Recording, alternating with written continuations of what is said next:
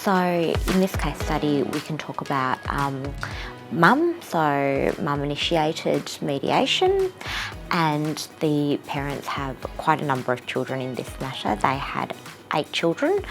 Some of them were over 18, so we weren't making a parenting agreement for them, but there were 5 of them under 12, and they were the children that we were focusing on. One of the difficulties in the session was dealing with children ranging from being babies to 12 years old, because the ages and stages of development and the needs were very different. So when we're doing a parenting agreement, we're trying to consider the ages of the children and what arrangements will work for them. So when you're working with such a broad range of ages, that can be a little bit more difficult and challenging.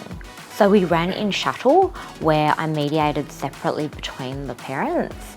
And so he was in the waiting room, or the virtual waiting room, when I was mediating with mum, and then I would take mum's content with her consent. So I always run it by the person that I'm speaking to back to dad. It was a little bit difficult. I think sometimes parents have very different perspectives around what they think are in the children's best interests.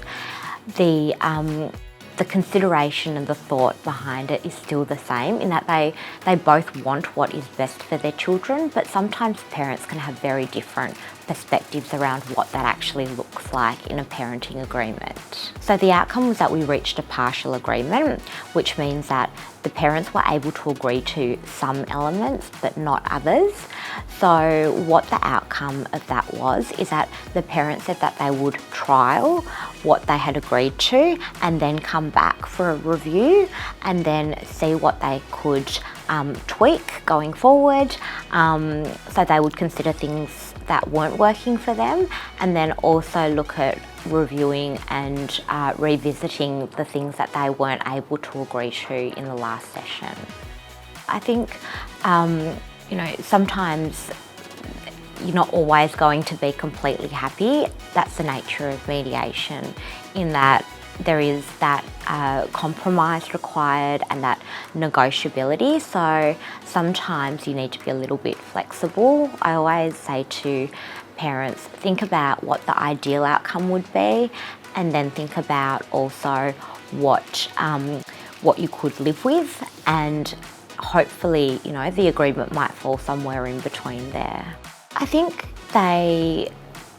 there's many elements when you're doing a mediation, in that you need to be able to have an agreement that is practical and works around the parents' responsibilities and commitments as well. So what you're doing is, it's a bit of a balancing act between being practical but also always prioritising what is in the children's best interests and what they need.